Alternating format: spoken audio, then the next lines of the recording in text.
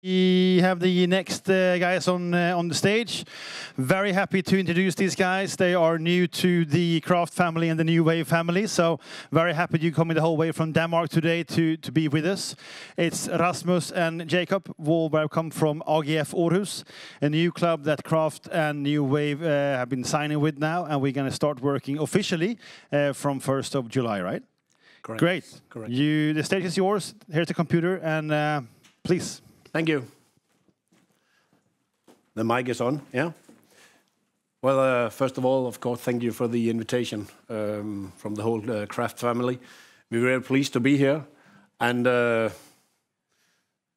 not only here to tap this, because now there should be a video. And this was actually custom-made for 100,000 euros, guys, so I don't know how we'll fix this now.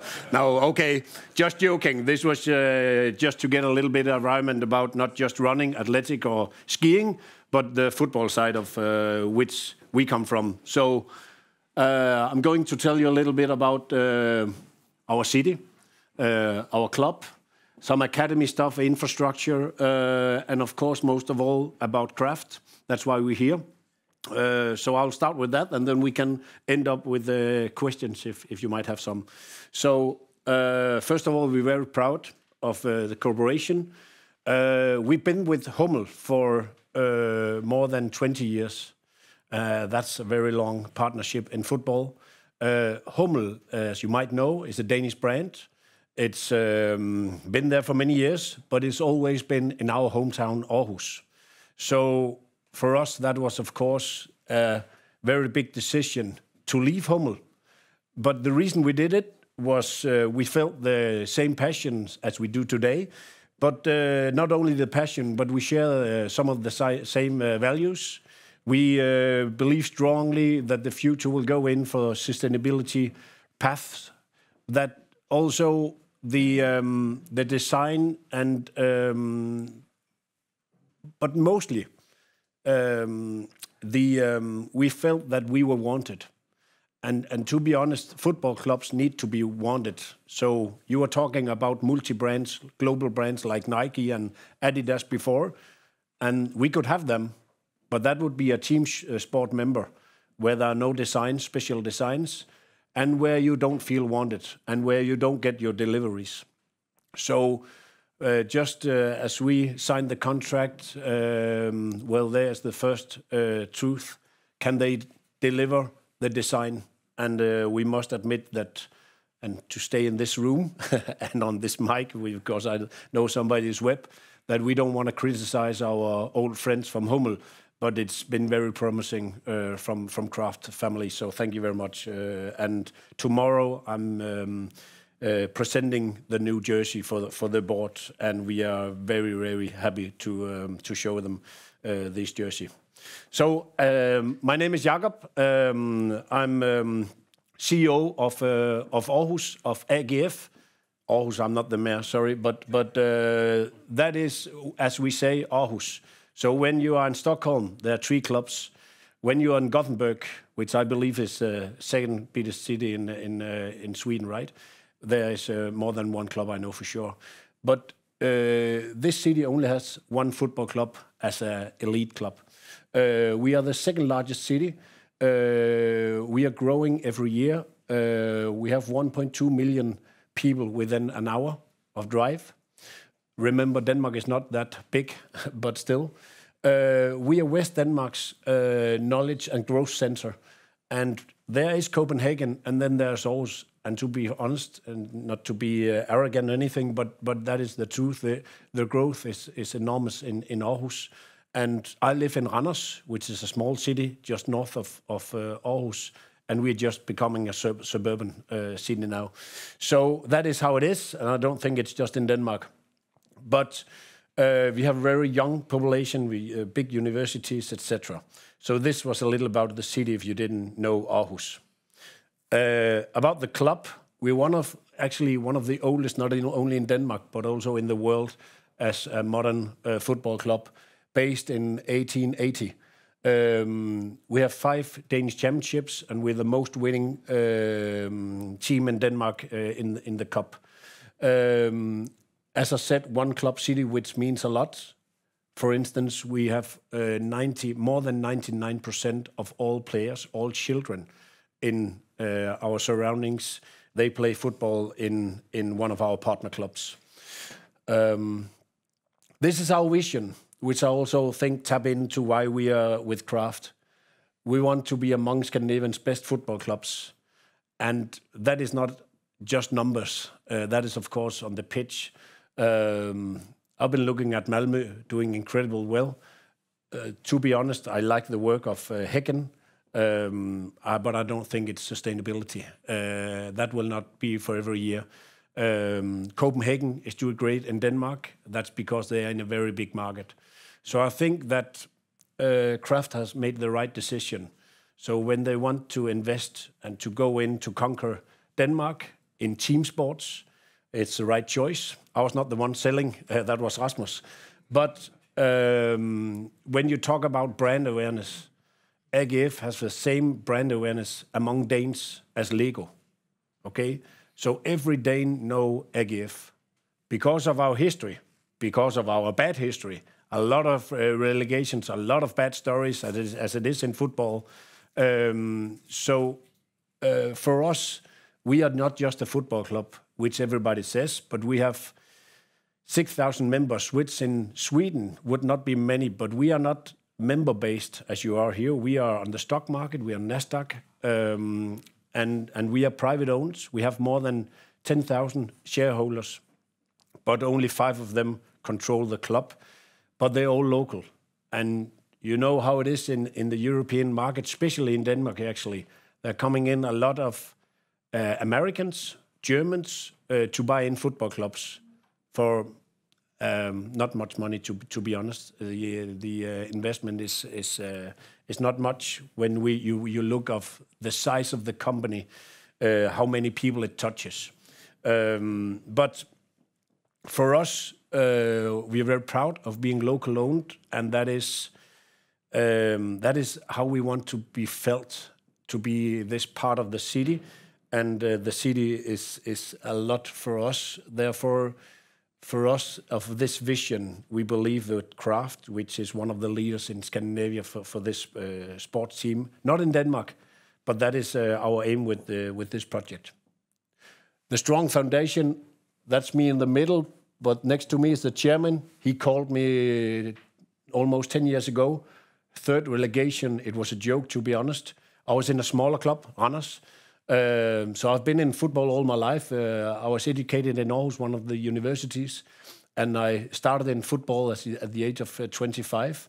So I was Aarhus with 12 years, and then he called me after 3 relegations in 2014. My partnership with him is very good. My CFO, as you can see, been here for 9 years. Rasmus for 4 years now. So the continuity, which I also feel with Kraft, is our base ground. We have made financial profit now. It's been decades with not just minuses, but also where you need to tell the shareholders for new emissions. And now we look into a profit this year of 10 million euros. Of course, there's a gap. I think in Danish kroner, it's 72 to 85 million Danish, so equal to 10 million euros. That is because of player sales, transfers, and I'll get back to that. But first of all, our fan base is rising, and which I also think, not just for Kraft, but for a lot of our big partners, our facilities is the most important thing. So this is a modern times. These are the new cathedrals, like in Stockholm.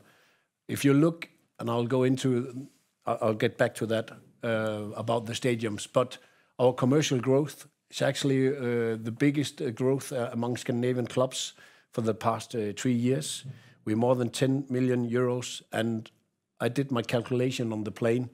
Rasmus didn't know it, but he will hear it now. I believe that when we enter the new stadium, and then from 5 years' time now, we'll enter in 26 if everything goes as planned.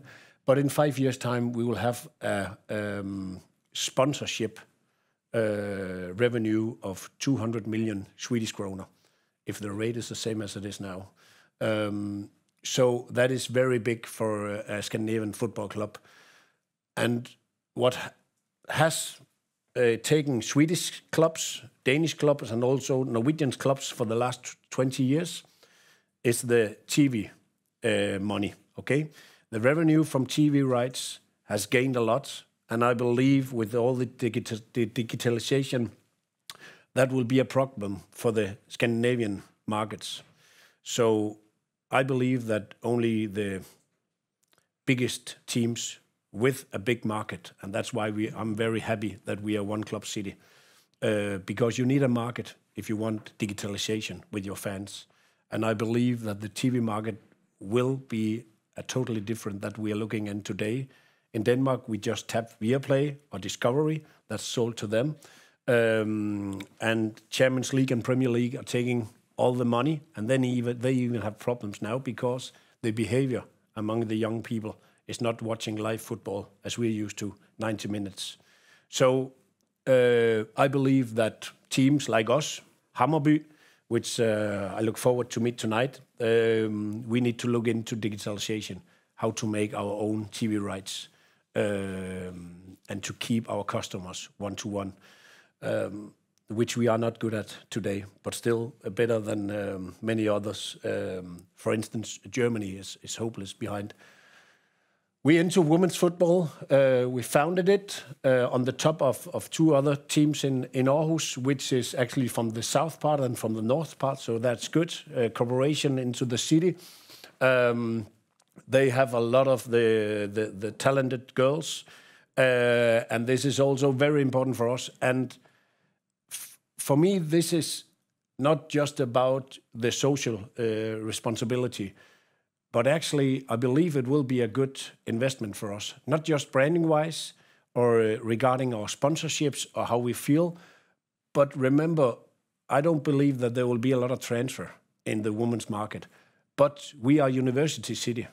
So I know that the into athletics for sure, everybody, every female, every athlete, if they go into sports, they want to do it 100%. But girls playing football, they need a dual career. Not like the boys playing football. They only have one thing in mind with their the father, that is to be the next Messi. And not many will become the next Messi or Zlatan Ibrahimovic. So I think that the market for us, because we are a university city, is still that we will have some of the biggest talents in Danish football regards to women's football. About the sustainability, we were actually the first football club in Denmark who hired the full-time and who had a full-time agenda in this perspective. So we have this responsibility report, and we make a lot of impact on our biggest partners. And I think that this will also be twisted in the future, where we need to set standards. So it's not a problem for us with craft, but right now we play with a brewery on here, or with betting or whatever. That will become an issue for us, which we need to take care of as well, or even be sponsored by McDonald's, whatever. But first of all, the environment sustainability is more important for us present. Our new academy, actually 10% of all football players, and that means both the women and the boys, they play in a AGF club. So these 56 partner clubs that we have around our city is all part of us. And business-wise, we control all the talents. And we are scouting from the age of, and I'm not proud to say it, but that is the market, 9 years old. So we know every player in Aarhus at the age of 9 years. And if we don't know them, they will be taken from other clubs around us, like Midtjylland or even foreign clubs. We have our own facility, which you will see in a moment. So there are only 2 private training grounds in Denmark. That is FC Copenhagen, and it's us. And I believe it's a big advantage for us, because it's more efficient than if it's the municipality. So our focus on developing young talents, if we want to be in the Champions League, if we want just to be part of the European competitions, we need better transfers. We need to not only sponsorships, which we are proud of, but these players, the first 3 players were sold for 18 million euros. And look at the age. Right now, everybody buy into very young players. It is only the very big names in Europe who will be sold for if the age is 25 or more. So we actually sold these 5 guys last year, which we haven't done in many years. When we won in '92 in Gothenburg, when the European competition was here, that was a lot of Aarhus players. But then come in Bosman 4 years later, as some of you might know in the business, and that made the transfers in a totally new way. And we were not adapted as a football club back then, so we had a big problem. We didn't use the market situation, and it's taken a lot of years to rebuild the transfer system in our club. So this is the clubhouse. This is only the memberships for the team. But when players coming in, if they come from Sweden or if they come from Holland or wherever, they say these are the best facilities. And I know for sure that facilities and environment is maybe the biggest game changer if you want to develop young people or just to recruit. So the new academy will be next to it. And here was the second film for 100,000 euros, but I can't be showing that. No, as you can see, it's not custom made. But we use that, of course, when we show and have players. I honestly also think that I want to tell you that I missed the second spot here. Denmark is overtaking the talent of tomorrow in Scandinavia. And we actually have a lot of talents from Sweden. So I don't know how many of you are in Swedish football, but you have a problem. With the best talents, I believe. So we do a lot of investment, not just in Copenhagen or in Brøndby. Nordsjælland has done a great job, and also Midtjylland. But we will as well. So we need, when they are the age of 16, they are allowed to go, and we need the best talents. Of course, we are fighting with our opponents about the best talents from Norway and Sweden or Finland, especially Iceland as well, because they have the right spirit. But that is what is needed on top of our own talents. Okay, so about the new stadium, we're very proud. This is at the end of the alley. I don't know what is the right name, but that is what the road is called that you might see on the picture. So it's, of course, an old city where at the end, which is more than a mile, there's a church. And when you step into the church and look on your right shoulder, you'll see exactly the midline of the pitch. And that was very essential for everybody to keep that history. So we've been placed there for more than 100 years, and unfortunately, like other sports parks, it is athletic still at the moment. It's tennis, it's horse racing, it's arenas, and it's even biking. You can't see it, but that was from the 50s. So this was, of course, when it was built 100 years ago, it was outside the city. And even, I'm used to say the Queen's Castle, but now I'll say the King's Castle is just a mile from here, so it's called in Danish Kongelunden. And this is now the budget. So on the picture, you might not see it, but these 3 guys on the left is the mayor, and then there are 2 private donators. So they each come with 26 million euros.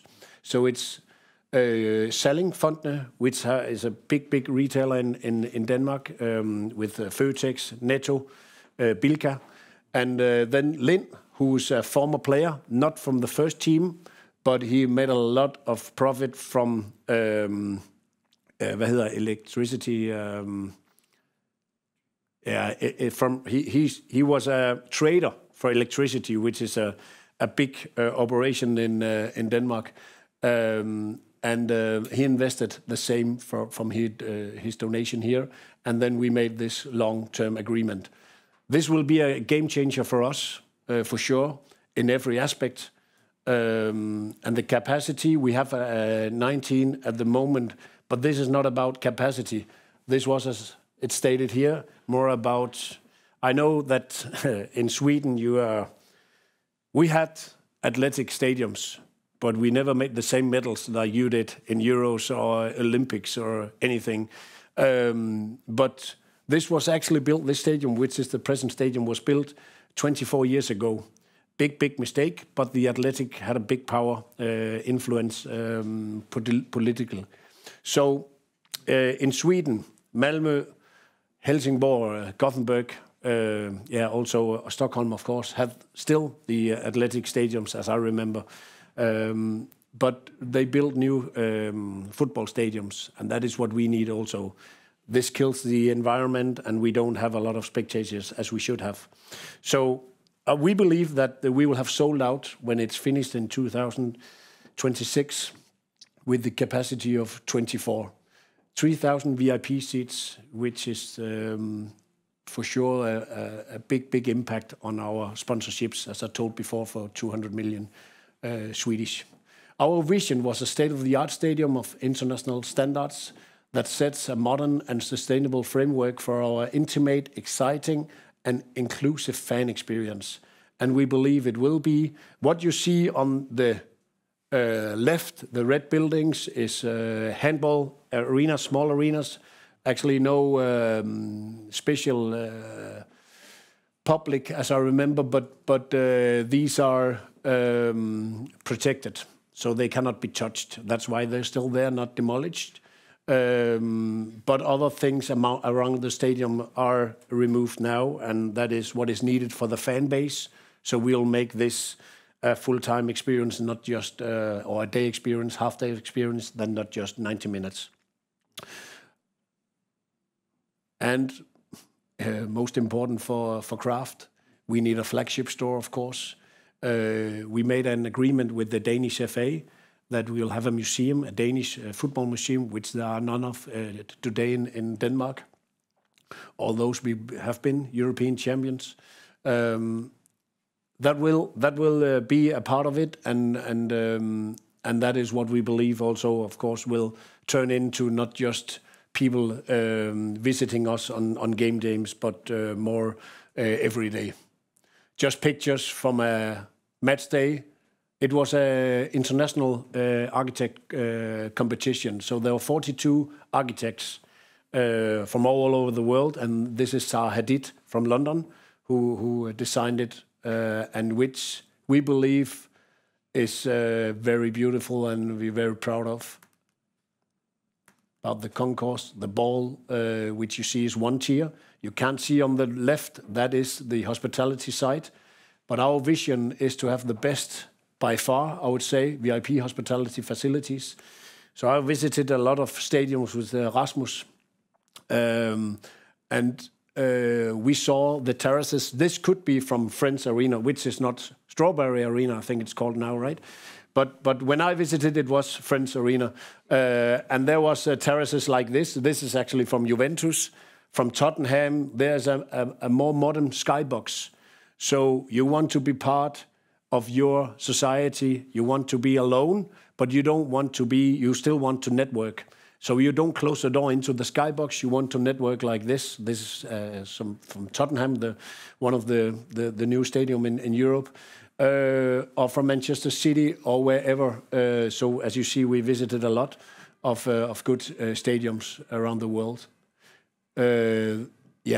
We'll have a lot more space, which is needed. You have for sure haven't visited, I believe, but I know our sponsors will look into it. And then we divide our sponsorships, which I believe every football club does nowadays. So we will have 3 different categories, salary levels, and then we need to be more flexible. So if you visited us, even though that you come in 26, if you are a member of a football club, VIP, when you've been there 10 times, well, it's like the same, right? So we need a flexibility. And that is what we're trying to make with the VIP terraces, but also this tunnel club that you see below. And this is actually our newest inspiration, which it wasn't part of the first program of the stadium, but we made it a part of it now. So this is from the US, and you know, a field level box is taking a skybox just down to the ground.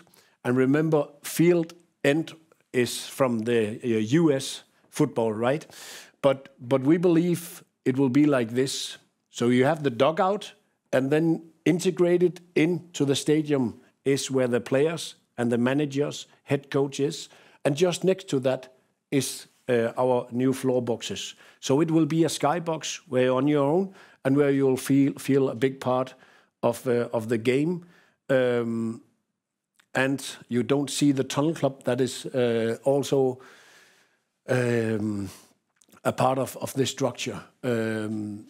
So we need that kind of flexibility, and a lot of our walls and everything is made flexible. So we will know how to change it, so we can change the environment and the experience year after year. We go into the concerts as well. We will only have 35,000. I think that Strawberry will have a lot more, but remember our market size. So this is 35,000 capacity, and then we agreed with the Danish FA that we will hold international games also, so it's not just Parken. And a game changer for us will be that Parken is old, so it's becoming 40 years old, and it will rebuild, and that will take a lot of years. So we are looking forward to have the international games from the Danish FA all year round. Well, this is our temporary stadium, so we need to be here in 2 years, from 25 until it's finished in 26. So minimum 1.5 years, with a capacity of 12,000. Well, this is going back to basic, and I think it will be a big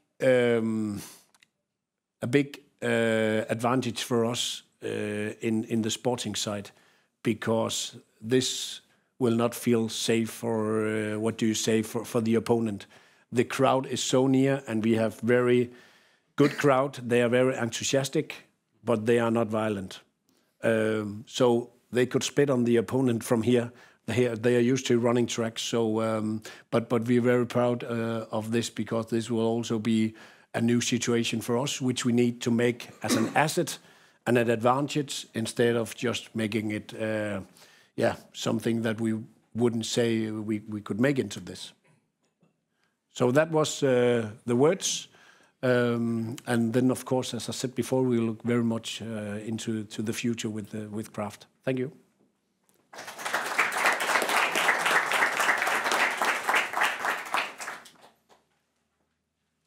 Any questions here? Yeah, thanks. Thanks for an interesting presentation. So, can you share us how long was the sales process? When did you at first became contacted by Kraft, and what was it that ultimately convinced you to sign? It's been a very long process. So first of all, when you have a cooperation with Hummel for that many years, we actually started this more than 1 year ago, before the signing. So Rasmus and the marketing director of AGF, they started this process actually to find out which path to go. They presented it to me. And I've been here in football for so many years, so I know I didn't want to go with Nike or Adidas if they didn't want us. So I know that you need to speak with them globally, which is, you can't. But actually, just next to our clubhouse is a home from Rørsted. So Torsten might know him, but that is the former CEO of Adidas, global CEO of Adidas. And he's a big fan of us. So that's a Dane living in Germany. And I called him up and said, please give me an advice here. Where are we supposed to go? And he agreed with me, don't go with the big names. So that was the first thing. So I think that Rasmus was talking to 10 brands. 10 or 11. Yeah, brands. And I don't know the details. Rasmus might know that if you want the clear answer about the process. But I know that into the final moment, we had 2 left. The other was upcoming. They were very, what do you say? They had in big football brands. And Kraft don't have big football brands. First summertime, of course. Or no, they have Hammarby, but in Denmark, nobody actually know Kraft as a football team. So that was a big part of our discussion. How will the fans look into this? Is it running suit? Because we don't ski in Denmark. The biggest mountain is 50 meters. Okay, so how will they look into this? Our fans, they've been very, very positive. They also want to change this. But one of our core values is we're very proud of the city. So when you go from a headquarter of Hummel, which is a big part of the city, that of course needs to be taken into some communication issues. Then we had these 2 brands left. Kraft was one of them. And it was only that we felt more wanted with Kraft. Not money-wise, but they visited us. They showed us with the flexibility. And Heine, the Danish sales director, and Kjell, they were there every time. They responded. And that is not, we're not used to that in this market. And that was what I said in the beginning. When you sign, that's one thing, but what will happen next? And I think that we never experienced that kind of design. And I've been there for more than 20 years now. I've never experienced that greater design, but also the flexibility and how it was worked. So I saw Stefan's presentation also about what was in for Hammarby. The design of the jersey means a lot for us now, custom made also. So I think that that made us yeah, of course, the quality. And we feel that they are real about sustainability, because everybody talk about sustainability, but when we really ask for it, how it can be done, how it can be reused, nobody have the real programs, but we feel that Kraft also introduced that probably for us. Okay.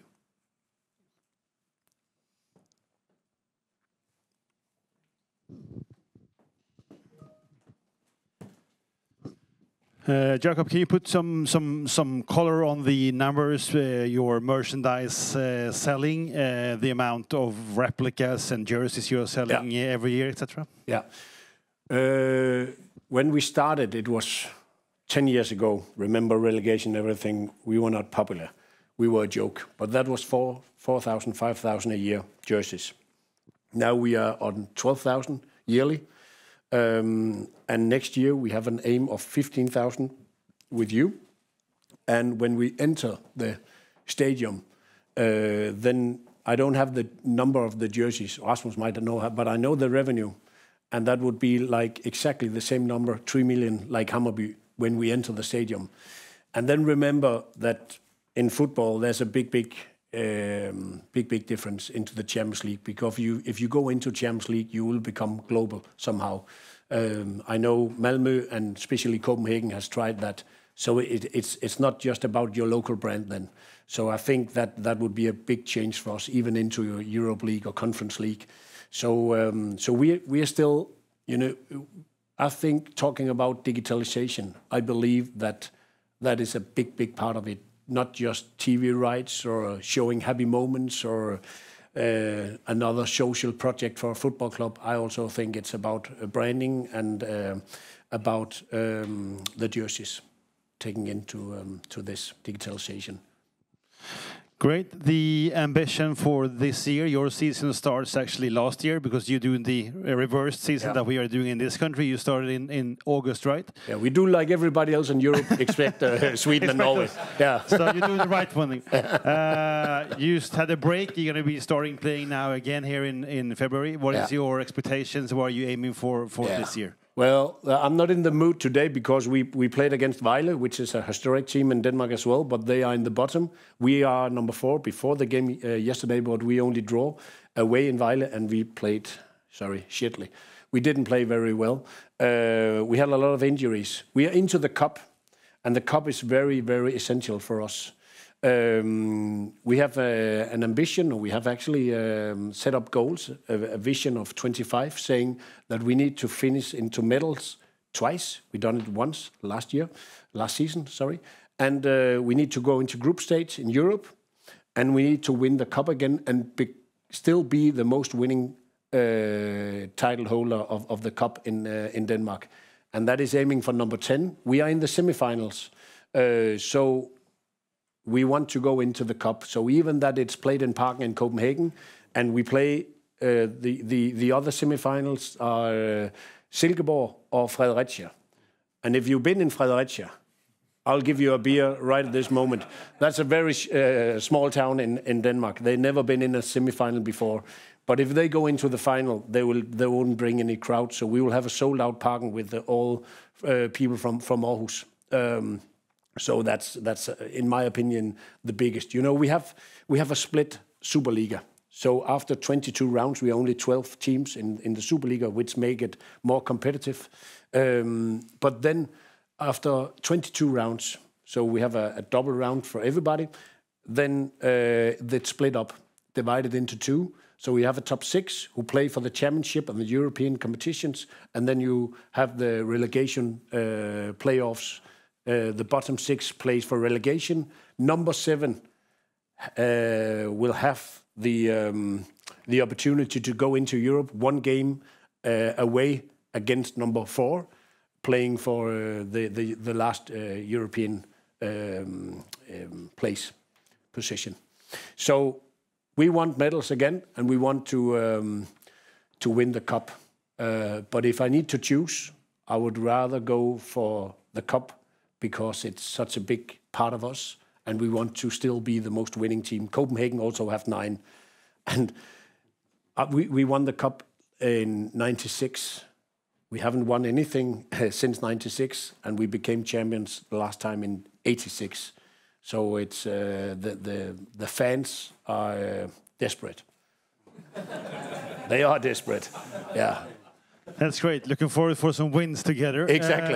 As you said earlier on in your presentation, you have 56 different member clubs that together with you in the academy. I said in my presentation that you need an entry ticket into a market. And you said it as well. This is our entry ticket. You're going to be loved from us. Hopefully you've been feeling that, because we really need someone in Denmark to drive in the business. Can you explain a bit more what you think about craft in the Danish market now when we signed you and going to start working with you? What is the potential you see in the market for teamwear together with craft? Well, I think it's very big. Of course, there is a big competition, and the retail market is under big pressure also in Denmark. So I think that of course, it's all about people, right? So we believe, first of all, that's why we also put New Wave into this. So the business-to-business side is very promising for us because we have all these partnerships. Secondly, we have all these memberships, all these partnerships, and actually we didn't want to launch our corporation before, because you said you reuse before, Stefan, in your presentation. Well, we have a lot of stocks now with Hummel. So we want that out of the system. So we wanted to launch it as late as possible. But you want it as fast as possible because you want the new members. And that is what we can help you with. We have more than 25,000 members in our partner clubs.